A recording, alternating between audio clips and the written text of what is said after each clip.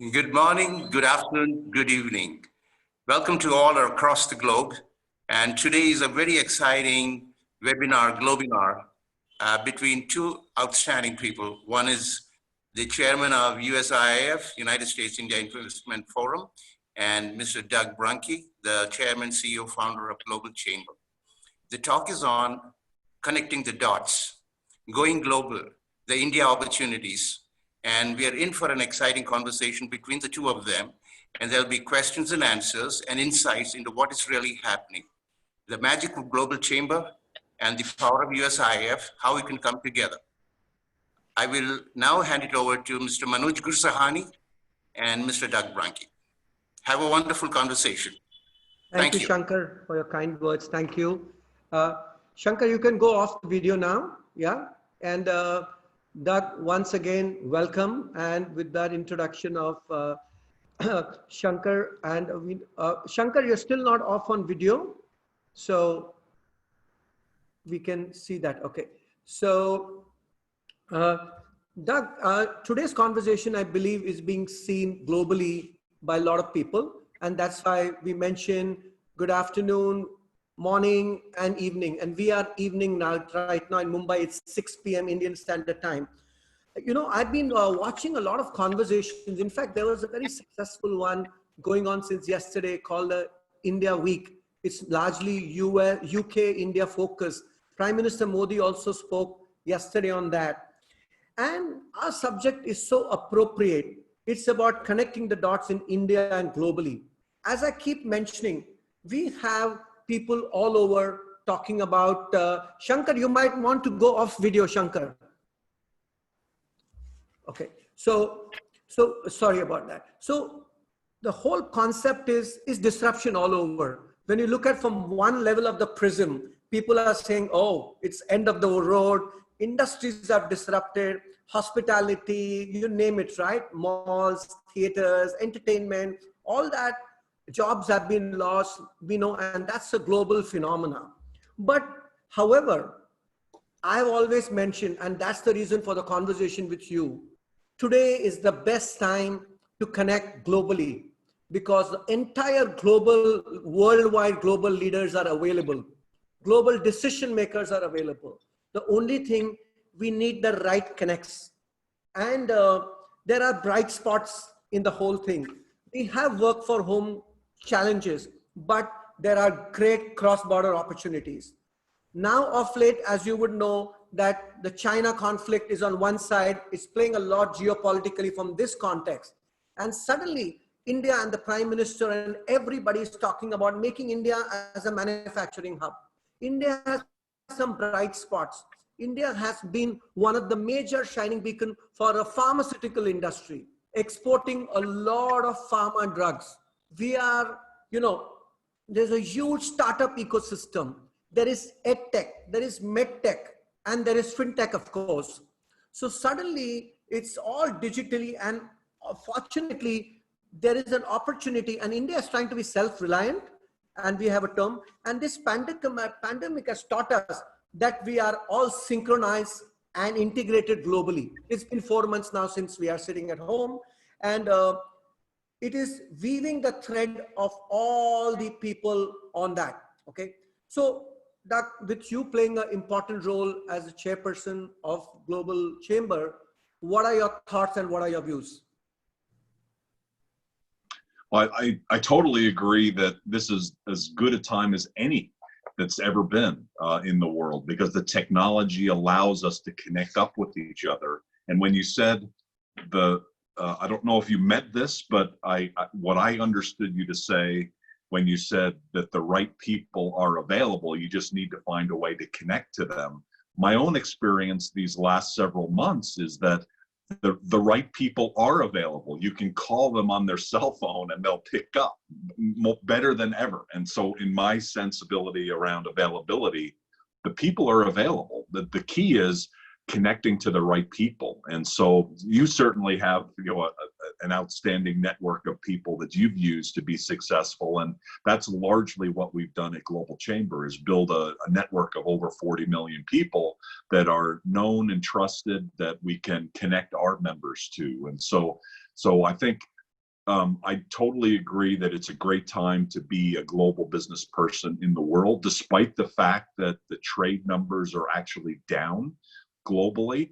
I think it creates a great opportunity going forward and a great increase going forward. So I'm very interested to learn more today about what some of the more specific opportunities are in India. And Manoj, I know you personally are involved in some businesses, and you've apparently migrated to those probably because they're great opportunities. So maybe we should start there in terms of maybe thinking about some of the things that you've been involved with, so we can get a sense, right from the horse's mouth, if you will, right from the person who is so experienced in some of these really great opportunities. Thank you for that. So I will give you, and I always believe, as you rightly said, giving by examples sets a message, because nobody wants information. They want to know how we are translating, and thank you for that. So I am a co-founder. One of the firms is of a health tech company, and we started doing using artificial intelligence for prevention of blindness, and doing diabetic retinopathy. So you can read the retina is the window to the body, and find out a screening model, which was AI-based, cloud-based model. But what we realized that right now, while we are sitting at, because there is no contact and there is contactless, the opportunity is more of using, and we changed that model and we've upgraded that to launch a telehealth platform. And very interesting. So we have a kind of a telehealth platform where everything, as you know, is going to telemedicine. Physicians are losing business because patients or individuals don't want to go to hospitals because they're worried they'll pick up something.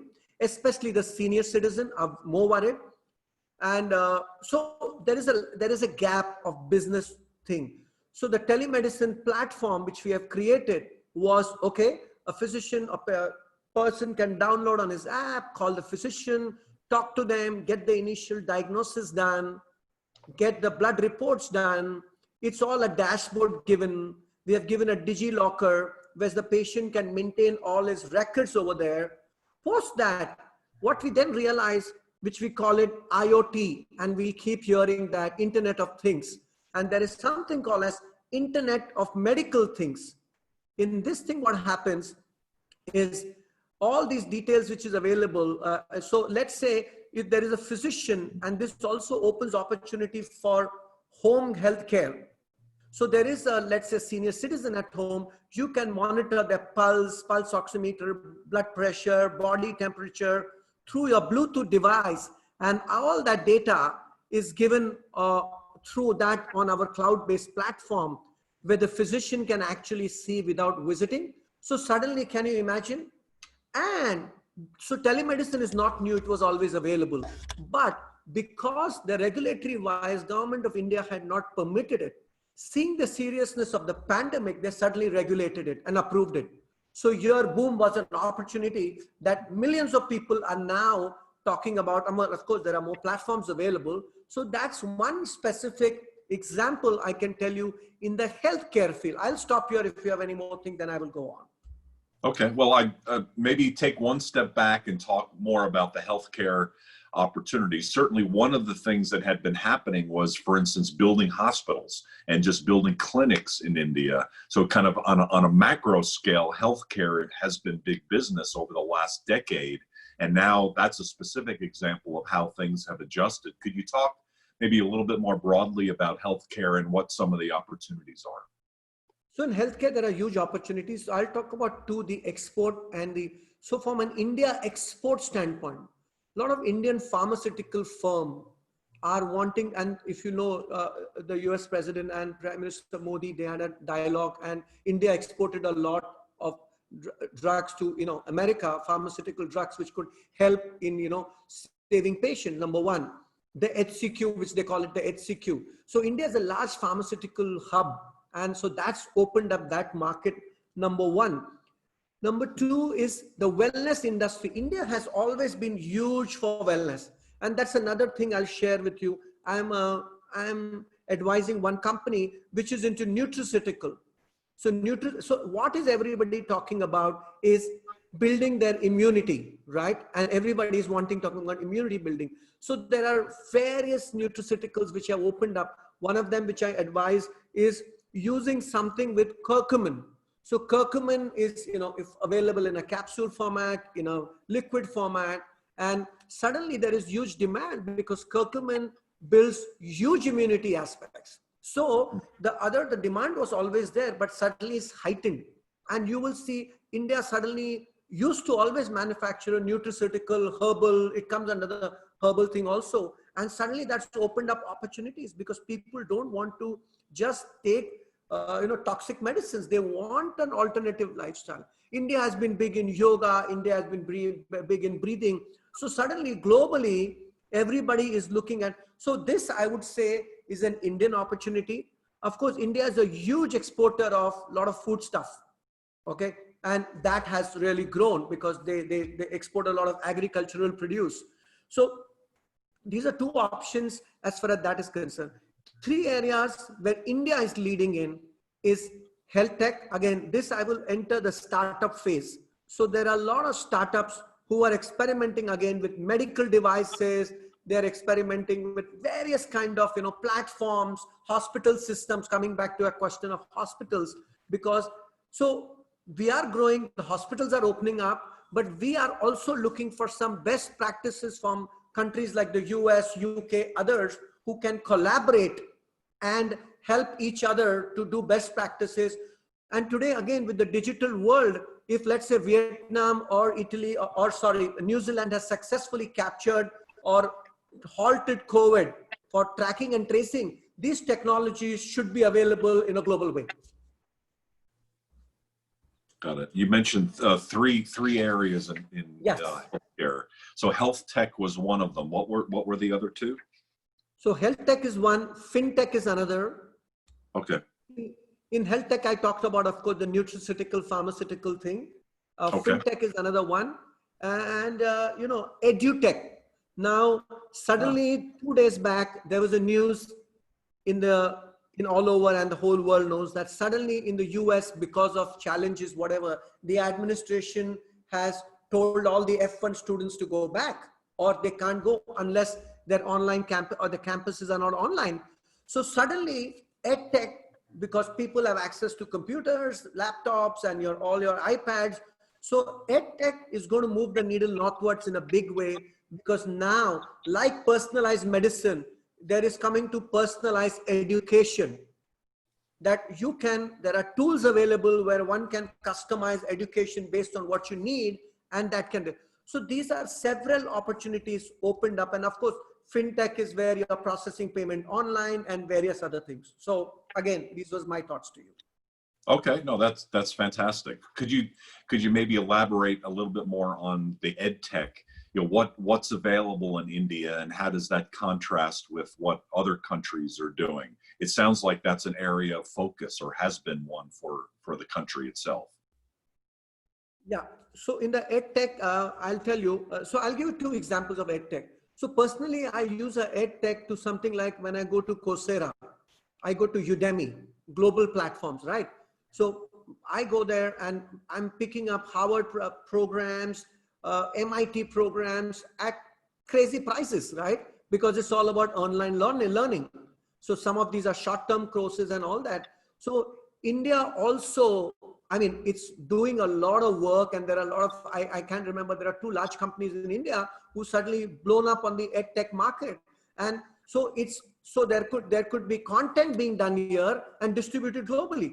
So I know a lot of Indian firms are selling their algorithms of dealing with, stock market and other things, and they are all available on these global platforms. So Indian education colleges, because in schools they are not open up, all the students now are learning through Zoom, and now Jio, which is owned by the billionaire Mr. Mukesh Ambani, has launched an aggressive platform, which is similar to Zoom, and that's going to change the paradigm, because they have 400 million subscribers, mobile subscribers, and they have launched this platform where you can talk to each other, and so these are the things which are disrupting the industries, and I think these are the bright spots. So if you look at the top 10 trillionaires or the top 10 more richest people in the world, they are in these four spaces, and I keep talking about that: artificial intelligence, blockchain, cloud computing, big data. Today, even Geo platform, which is built, and they are the fastest growing, the investments they have gathered is because they are talking about the digital transformation, and everybody is adapting that.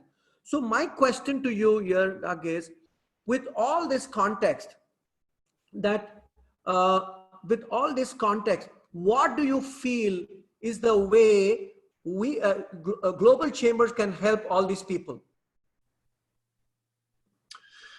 Well, digital transformation, as you point out, has been, you know, on the radar screen, if you will, for years, and now suddenly the pandemic is forcing the hand of people to do this, right? It's accelerating the uptake in companies and on a personal scale, and so it's all happening right in front of us. And so those that have been in the market are well positioned, and those who are now catching up are catching up. And so one of the things that we've done at Global Chamber is to have a series of digital transformation roadmap programs where we're teaching small businesses and other businesses and individuals to incorporate these technologies into their business.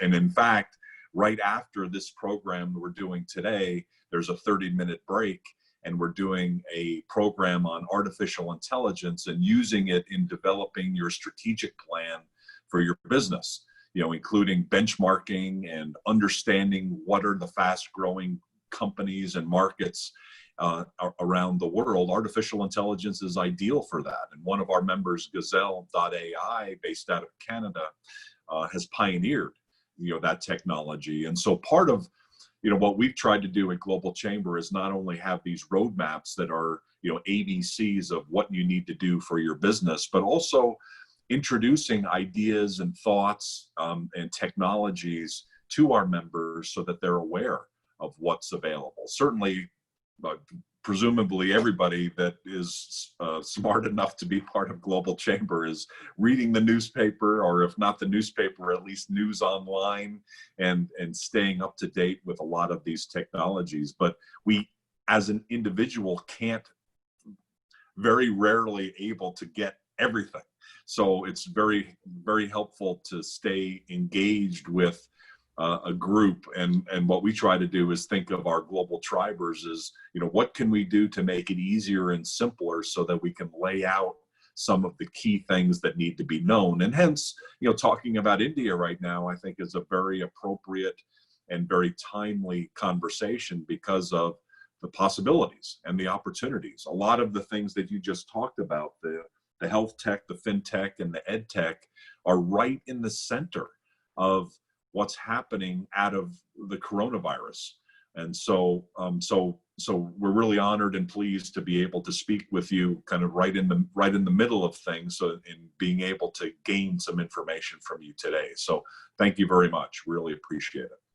And in fact, I'm happy, if you remember, there is one company, and I'll take name because this is storytelling, System Plus. Remember, they already have a setup in the US, and I introduced you to the leadership to them.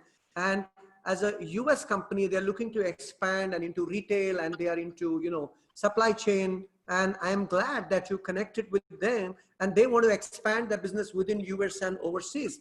So I introduced to Global Chambers, and I think he was very happy with the conversation to see that how System Plus as an IT company can now expand their footprints. I think these are kind of opportunities, which, Doug, because you're built, and tell me about it. How did you go on building such a large platform? Did it happen overnight, or was it obviously organic? And just tell us about that. Okay, well, no, I appreciate the opportunity. Thank you very much. So I think the example that you gave with Systems Plus is kind of a classic example for any company, in any country that has something that's unique and special. Why not offer that in another country? Why not connect that to people who can benefit from that? And too often, almost always, unfortunately, the connection between a good idea, good technology, a good product, a good service, and the market in another country is flawed.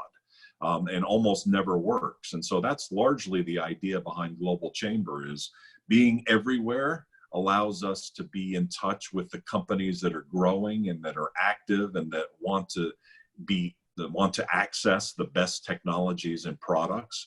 And then the fact that those companies are coming in, like the example that you gave, allows us in the US to be able to introduce a company that has that product and service largely coming out of India. So the basic idea of Global Chamber has always been, let's create a virtual connection between trusted people that allow good technologies, good services, good products to be utilized by companies that need to grow. And so that's really as simple as it is. And the pandemic is a horrible thing. It's causing so much terror and death and so many bad things around the world.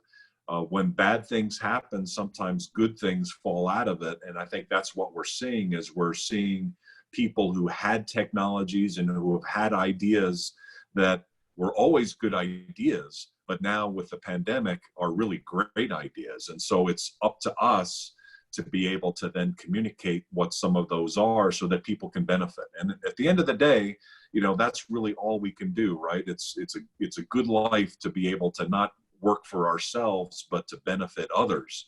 And that's really what we're working to do, is benefiting others by the introduction of these ideas so that they can prosper and they can then carry on. So thank you for the question. And here at Global Chamber, I'm glad you mentioned that, because suddenly people are reaching out to me, because over the years I'd built relationships, honestly, over the years, because these are, so what is important in today's life, I think COVID has taught, and that's my perspective, is there are two kinds, it's before COVID and after COVID, right?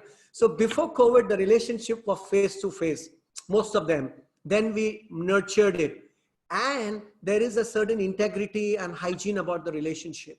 And now when we are connecting people like System Plus and others, we are using the power of understanding the nuances, because of course, networking is another subject, this is global networking, but with surgical precision.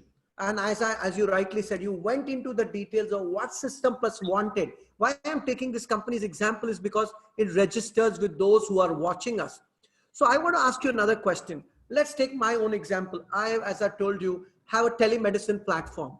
So we have a platform which is running in India, but we are looking for partnerships in other countries, including US. And what we're looking at, we will license the technology. It's a complete, along with the system, practice management system dashboard. So what we're looking for is partners in other countries who will take the system, use it. We will give the backend support. And because it's in the cloud, we will ensure data hygiene, data security. So how would you help? I'm just again taking as an example and plugging that in. So how would you help us? So that's a really good example. I want to take one step back, because you made me think of the times I've traveled to India and having, I'm an American and I've lived in Asia a couple times and traveled all over Asia. And you reminded me of the times that I would be flying to Madurai and Chennai and Delhi and all around Mumbai and Pune, and eating food that was so spectacularly delicious and having the time of my life. Quite honestly, it was an amazing experience, and I would live in India in a heartbeat. It's a beautiful country and an amazing place. That's part of the global experience, quite honestly. That's how I became passionate about global business, are the people, the experiences, you can't replace that on Zoom. you just can't. However, your example is a great example of really kind of what we're doing today. I definitely want to get back to traveling to India. That's absolutely something I want to do. However, in the meantime, a technology like you've got, that's something that can be done like right away. We don't need to travel there. We can't.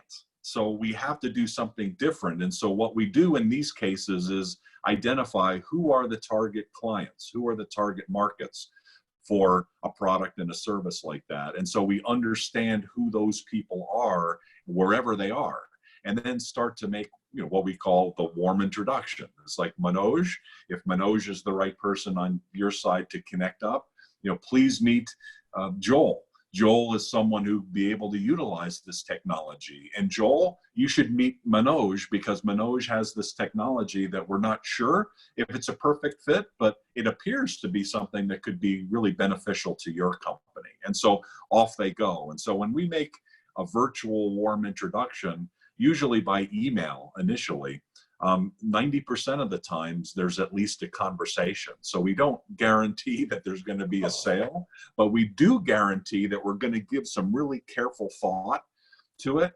We also guarantee that we have a very large database of over 40 million people that will be able to make a warm introduction.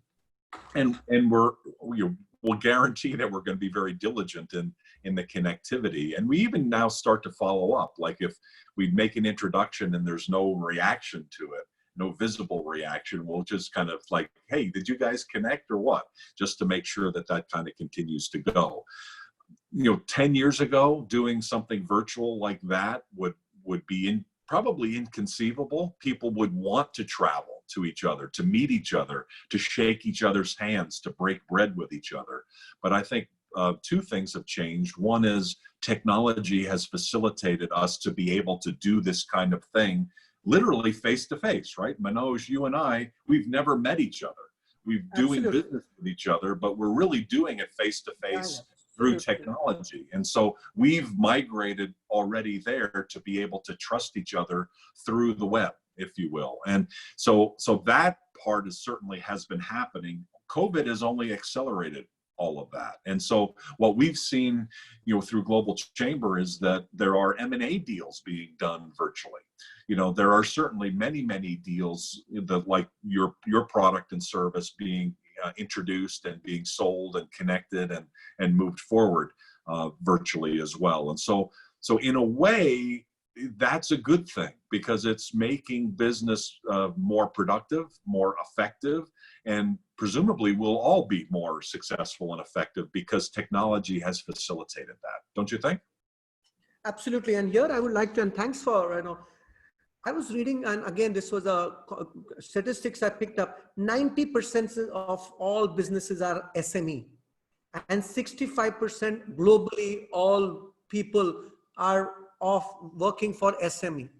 So that's a huge, and I think what you and me are doing is targeting that SME segment, because I always say the big boys have the big four or the big five or whatever consulting companies to go to, and they can pay an arm and a leg to join that, right? And pay tons of thousands, hundreds of thousands of dollars of consulting fee. And that's the model, nothing wrong with that or right with that.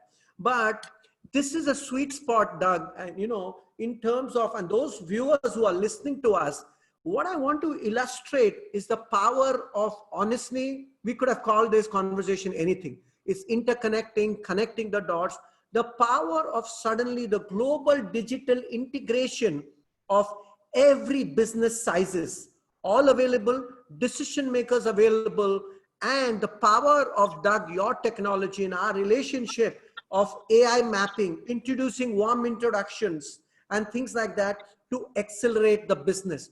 I'll tell you, many designers in India, I'm just giving a small example now. Those who are into design and think they started manufacturing masks and other things because they are changing, because suddenly they say, either we have no business, it's like pivoting, right? Reposition, pivot.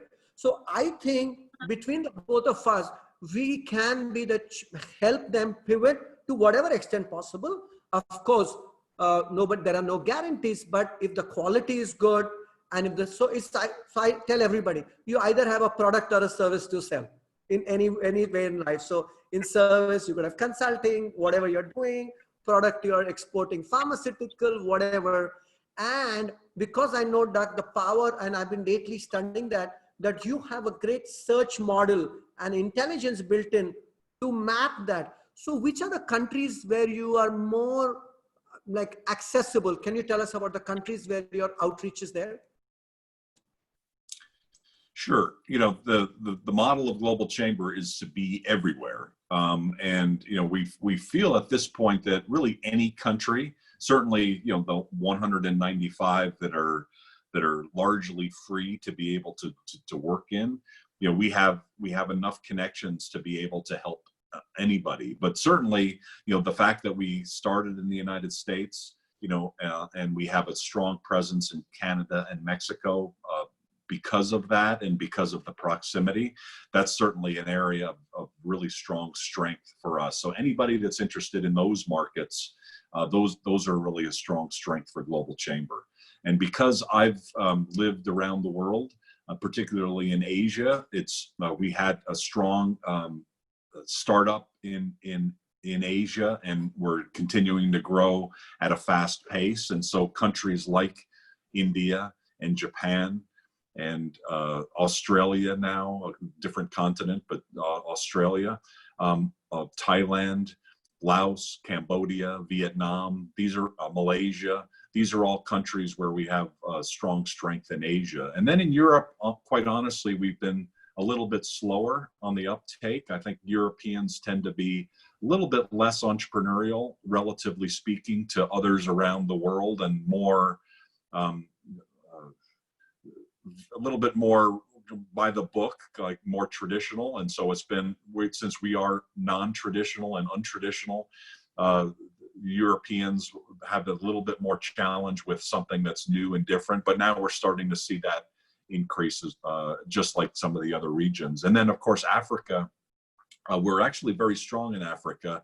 I personally am not very strong, but through our network and through, as we've added people, they've recommended different people.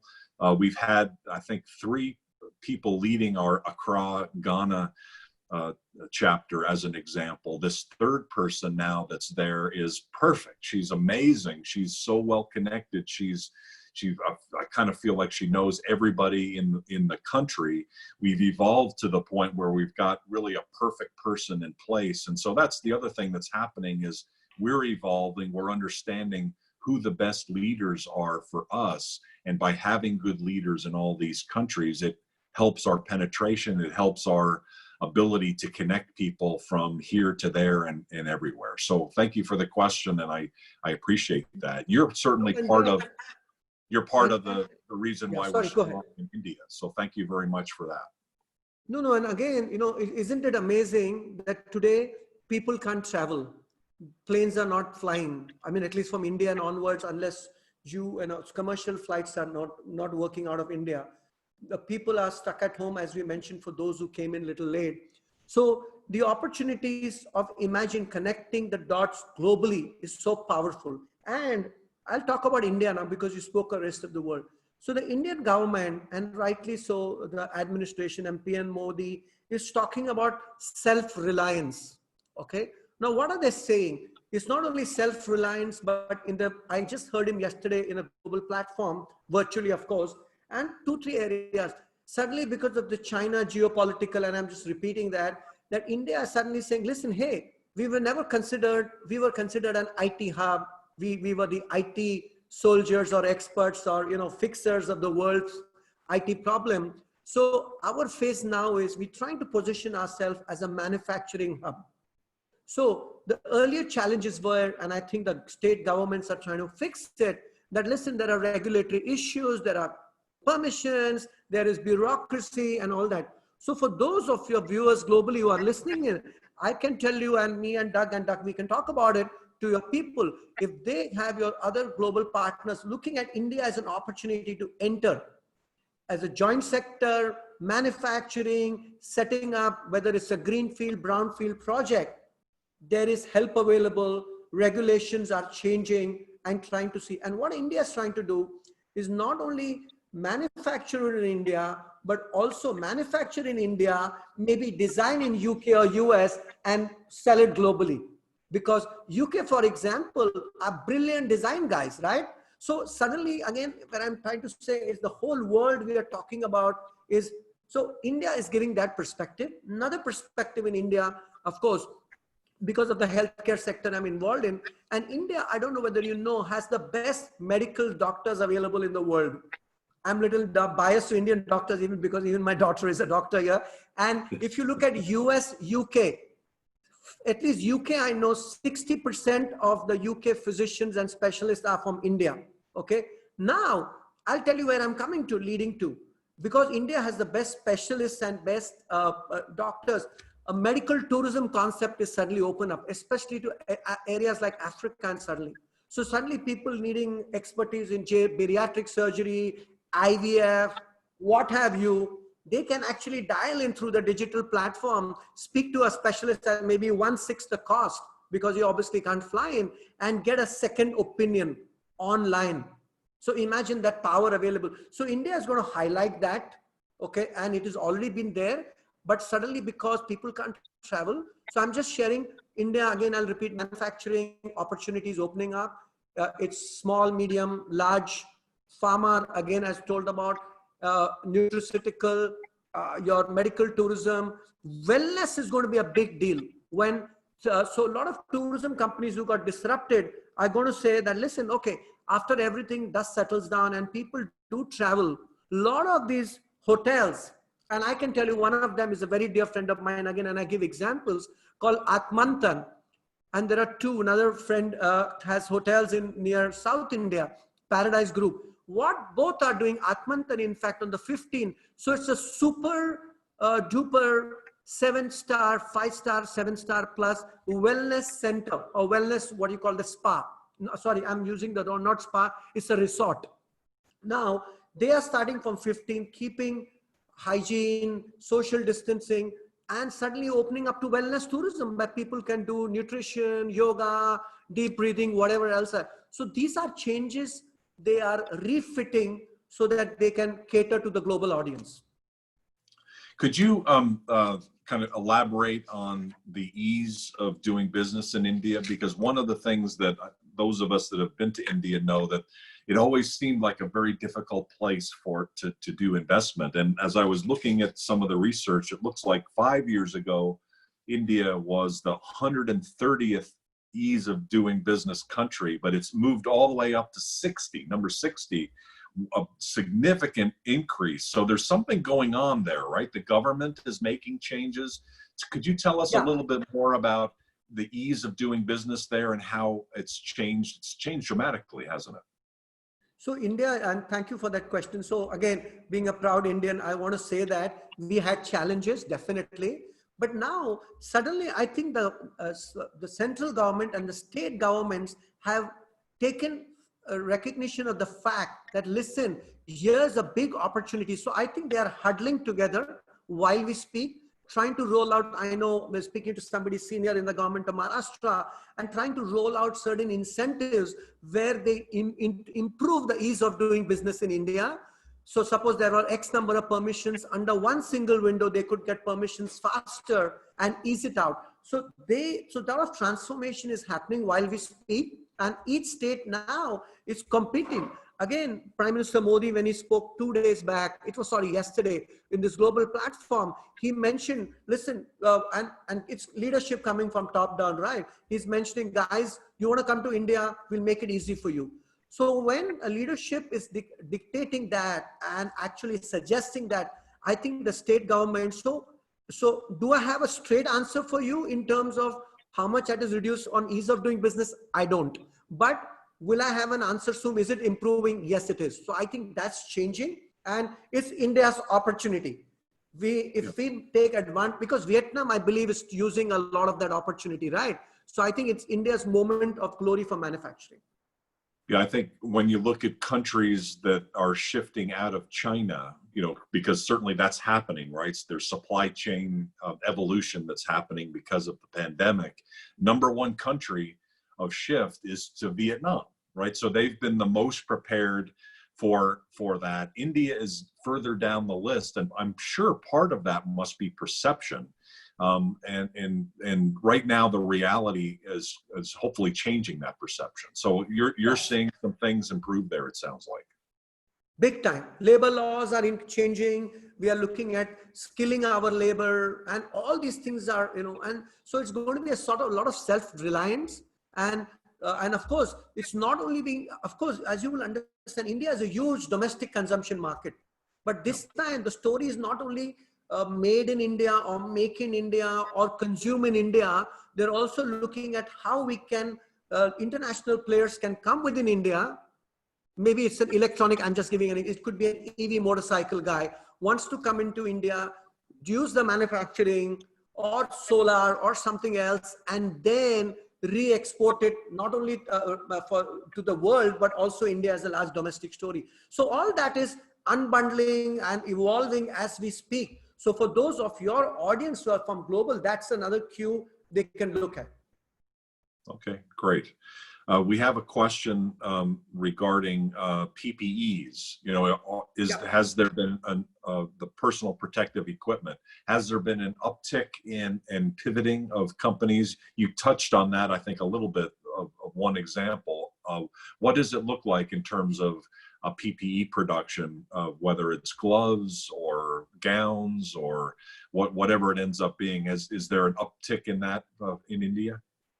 Huge. And so I don't know whether for those who want to sell to India, there's an opportunity, but India is looking as an opportunity to export it, because we have guys who made PPE now, they're manufacturing masks, manufacturing PPE, all these protective gears and things like that. There could be an opportunity on the ventilator front for those overseas who are trying to sell to India. I'm not sure, but I've heard there are some opportunities there, those who want to sell to India. But from our perspective, we are looking at exporting these PPEs, and there was initial ban because of the local consumption. I believe that's eased out to some extent. So these are areas where it is going to grow. And for example, India, I know one of the companies in the mask manufacturing thing, they are using something called as, and again, interesting brainwave, silver, how do you pronounce it? Celluloid or colloid, where they are mixing that silver, which prohibits the virus and the bacteria to come through the mask. And this proven technology works in Israel and other places. So people are getting ingenious, making those surgical gowns, going to hospitals, a lot of disinfectants being sold. So these are areas. So I'll give another example. A startup I know he used to make corrugated boxes, okay, cardboard corrugated boxes. So suddenly, because India wanted to, and in Maharashtra, there was a center with the chief minister opened up a huge COVID center.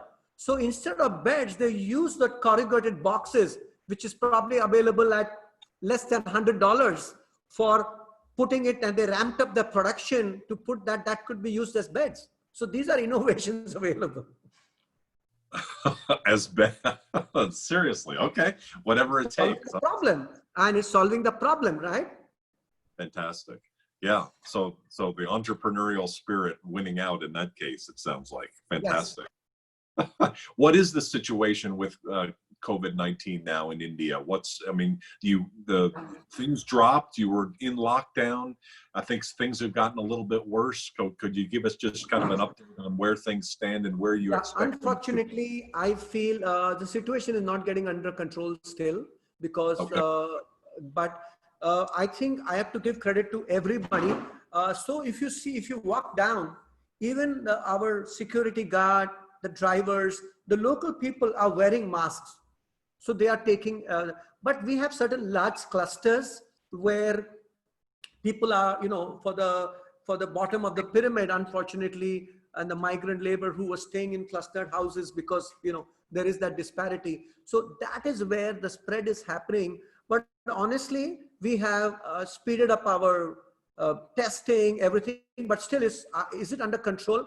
I don't think yet, but are we is the government taking immense steps? I think yes. Kudos to all the state governments and the central government, because they are literally, their entire energy is how to, awareness, there are apps available. Hopefully it will get better before it gets worse. Yeah. Okay. Are people going out? Are restaurants open? Kind of what level of openness is it? And is it very regional? So it's regional, of course, and there are certain areas. So restaurants are not going to open up soon. So food takeaway is going on. So the impact industries, tourism, restaurants, theaters, malls, all that are still under huge impact because that's not opening in the near future. Of course, airline industry, all that has been impacted and loss of jobs. What is, however, and so are they going on? People are moving out.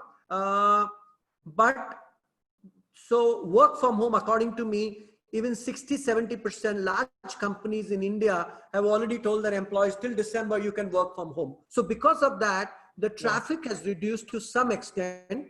Okay. So though people are going out, so if I have to go down for a walk, I'll go down in the morning, but wear my mask and go down. But are there people just loitering around, like unlike some countries globally we have seen, they are crowding the beaches and things like that? Fortunately, no such thing is happening here. Okay, so there is a fairly massive work from home that's going on there. It sounds like so presumably that opens up opportunities in technology, including cybersecurity and other things like that. It sounds like that's also probably a big business in India. You know, I'm glad you brought up the cybersecurity angle, and I want to touch upon that because India, again, like Israel and other countries, have huge brain power, and we have some great cybersecurity. And you know what? According to me, the biggest crimes, and as I said, now we don't. So somebody was mentioning, and I'll just step back, that the defense budgets of most countries are higher than the healthcare budgets.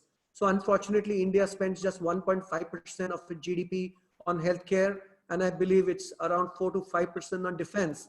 Now, how things are going to change, because I believe defense and other things are going to be more, as we've seen, cyber warfare. So the biggest frauds, we used to call it the Nigerian fraud, where there were chain mails and all that.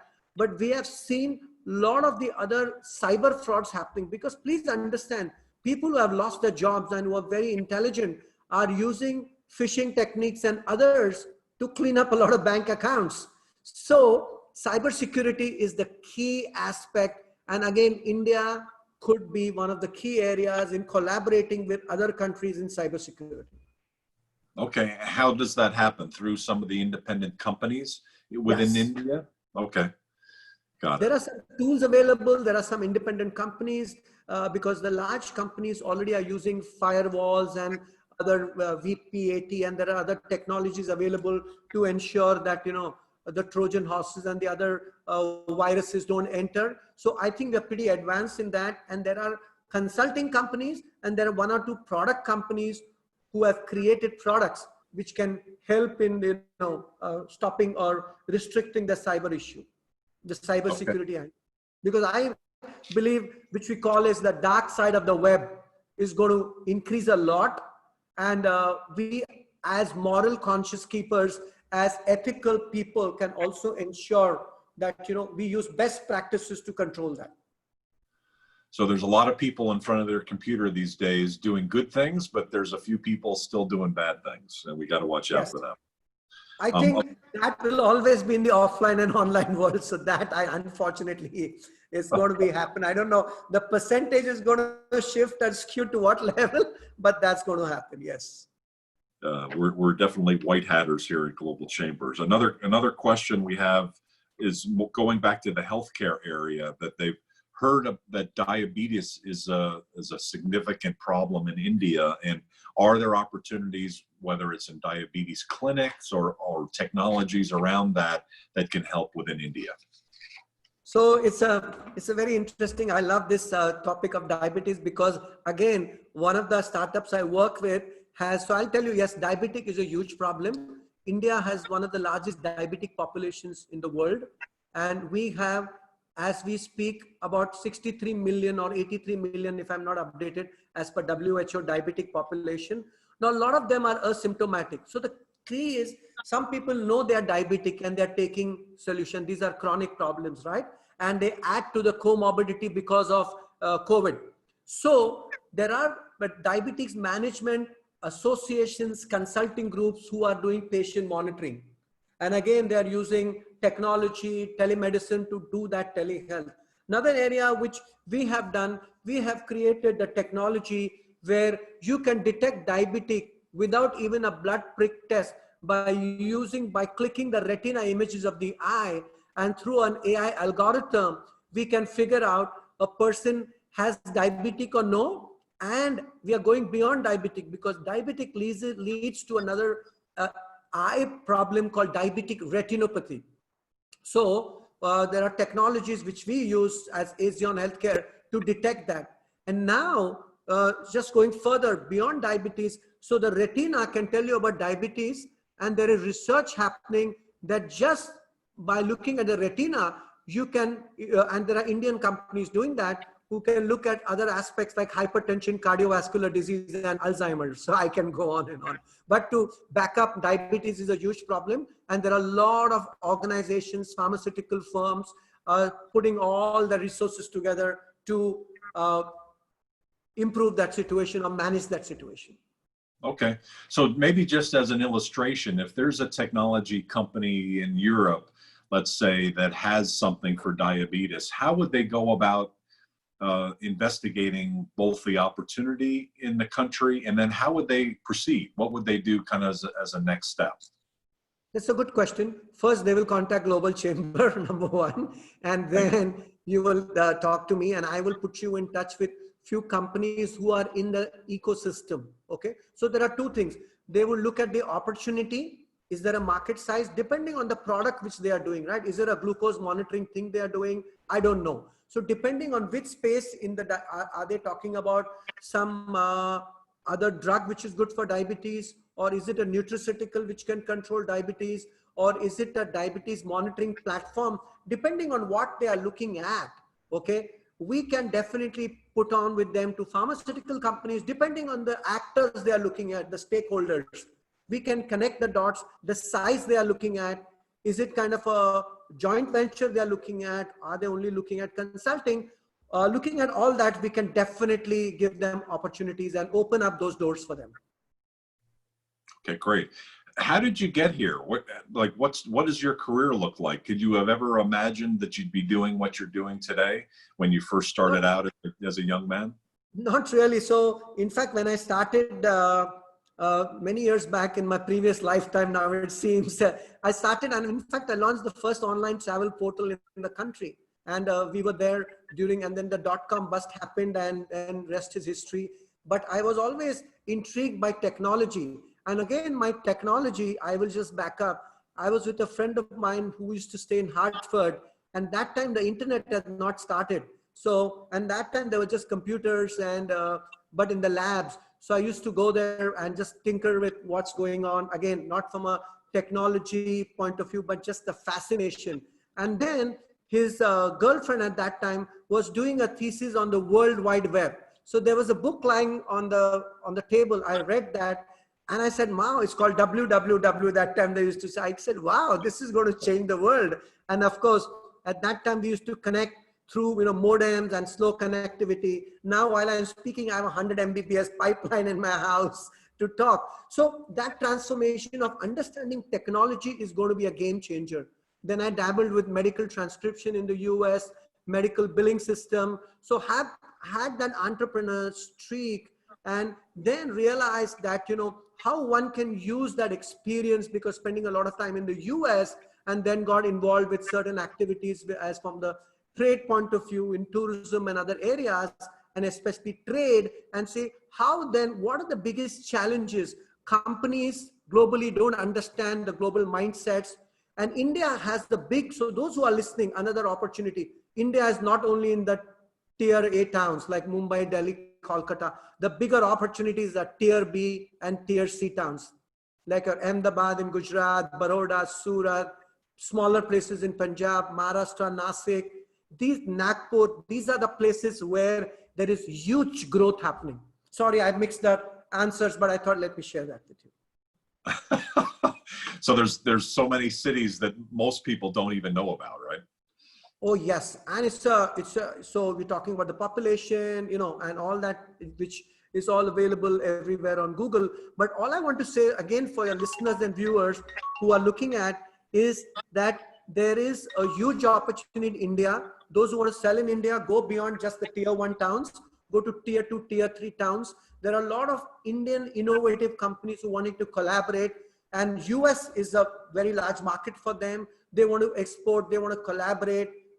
Startups want to do, Another point which is very important is the startup ecosystem and the funding they are looking at. And if global chambers can play, so of course we have the TIE, we have a lot of angel networks. So if there are fund managers or startup funds available, this could be a huge opportunities for Indian startups who are looking for collaborating with other startups like in Israel and other things, and do some joint development. And then because suddenly the global, it's a global opportunity, right? It's not restricted to any one country. So again, food for thought for you, Doug. Sure. No, and we're winding down, but you bring up a really important point around venture capital. What does that look like in India? Is there, how would you contrast that with other countries? Is that something that's also evolving and becoming kind of more mature? Of course, it's already very mature. Most of the large P and venture capitalist firms are already in India. But see, these are big guys. The opportunity for the startup is more in the angel fund and the home offices and the family offices who they are looking at, because the VCs and all that are very evolved. They are like the big four and the consulting companies whom I box them in that category. According to me, because we are the SME kind of thing, the opportunities in the startup, the family offices who want to invest money, and the smaller angel funds or super HNIs who are looking at India, contrast dollar rupee kind of parity, there are some huge deals available. But last and not the least, there are going to be some huge opportunities coming up in affordable home, which is a subject for a different conversation. I will not dwell onto that today. Okay, I imagine with gold price as high as it is, there's an opportunity to leverage that. Yes. So Yep. there are a lot of other conversations. So Doug, I think if we both start talking, we could go on. So, and as you said, with the interest of time, and I hope it was a useful conversation for those who were listening in. I tried to cover, and likewise you did, to see whatever we could share. And if it can benefit, they can reach out to you. Through you, they can reach out to me, and we can make it easier for them, create opportunities, and stitch it for them. Last comments to you, Doug. No, I appreciate that. Yeah, no, absolutely. Thank you so much for your time and your expertise and for sharing so many really good ideas today. There are plenty of ideas here, and there's a lot going on in India. So if any of this sounds interesting, reach out to us and we'll find a way to get you connected to the right people. Obviously, Manoj is one of those right people. Manoj, I'd like to actually turn it back to you maybe to make a closing comment. You're based out of, you're in Mumbai. Yes. So I'm based out of Mumbai, yes. But you've got connections all across the country. Maybe just kind of give a little bit, maybe a closing comment, if you will, and then we'll shut down.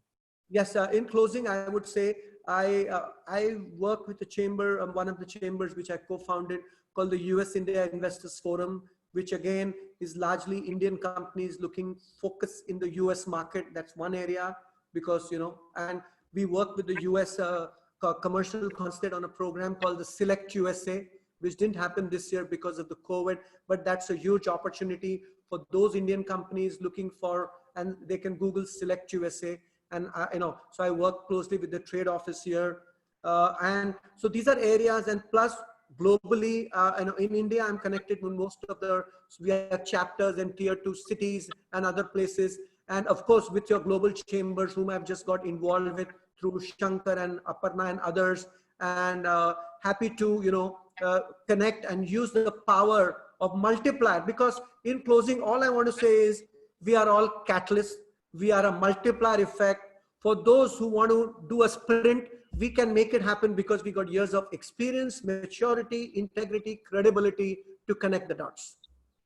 And we use Zoom, and we do business over Zoom and other methodologies, whatever. And other platforms, it could be Google Talk. And I hope we use more of Geo platform. We are very proud because India has come up with that platform, and various other platform. We are platform, agnostic, and use that to reach out to the global business community, the SME sector, saying how we can accelerate your journey. All is not lost. We are there not only to connect the dot, to guide you, mentor you, coach you, and hold your hands to take you to the next level. Absolutely. I'll investigate Geo for sure. I'm looking forward to understanding that platform. I did finally use the Microsoft platform successfully the last couple of weeks, despite my Mac that I have. I thought maybe there might be a conflict, but it worked out okay. So yeah, the virtual world is here.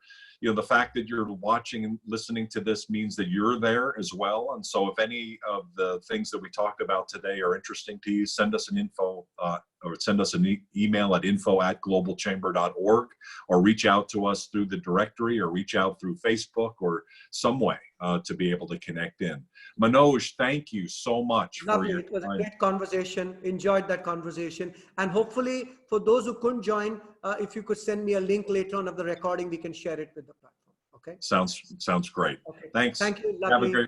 Have a great evening and a weekend. Take care. Thank you. Bye. Bye-bye. Thanks, everybody.